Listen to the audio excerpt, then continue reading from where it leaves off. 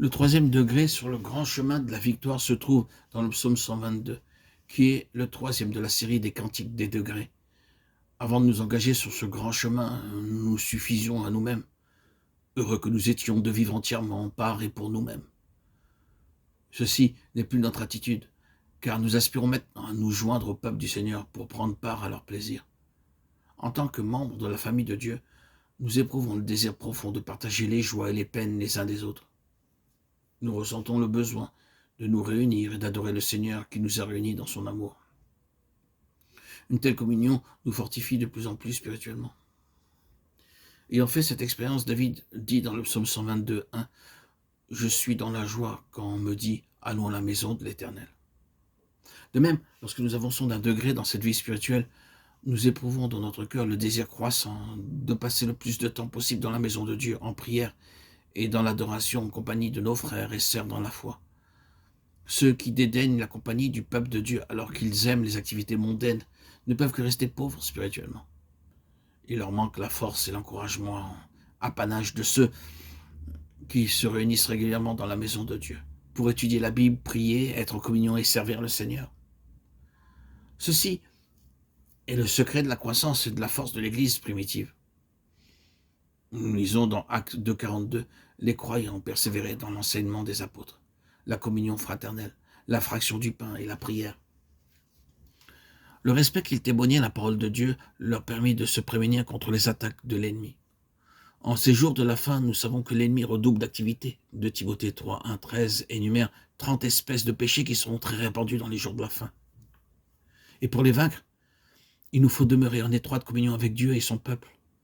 Nous ne sommes pas en mesure de remporter la moindre victoire par nous-mêmes. Vous pouvez passer des heures chez vous avec votre Bible. Cela ne vous fortifiera pas autant qu'un moment de communion fraternelle avec les croyants.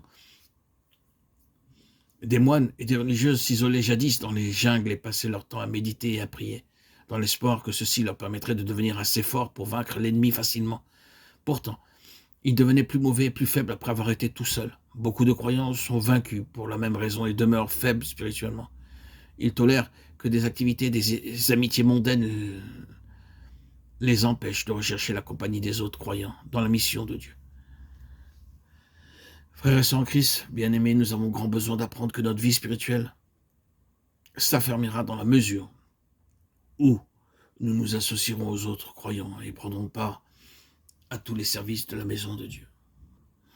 Considérons maintenant comment le psalmiste venait à la maison de Dieu avec un cœur bien disposé et non par contrainte.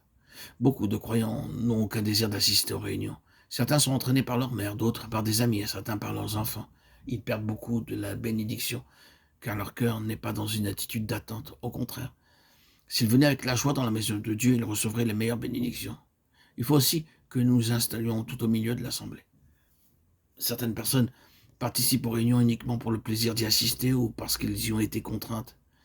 La dernière place leur suffit amplement car il leur est ainsi loisible de s'en aller lorsqu'elles en éprouvent le désir. Installez-vous donc au milieu de la salle et prenez pleinement part à chaque partie du culte.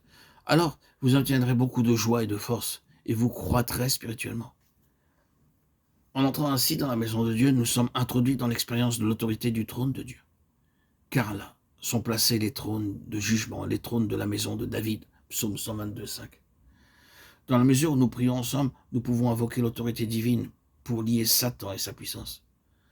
Nous pouvons exercer seuls cette autorité qui est confiée à l'Église dans sa totalité. De plus, lorsque nous venons à la maison de Dieu, notre paix augmente et nous prospérons dans nos voies. Que la paix soit dans tes murs, la prospérité dans tes palais. Psaume 122, 7. Si dans l'assemblée, nous assumons notre part joyeusement, fidèlement et régulièrement, notre paix et notre prospérité sera multipliée. Bien-aimés, frères et sœurs, chers amis, puisse le Seigneur nous accorder le fardeau, le désir profond d'être dans sa maison, en compagnie de son peuple, afin de contempler sa beauté pour toujours et à perpétuité.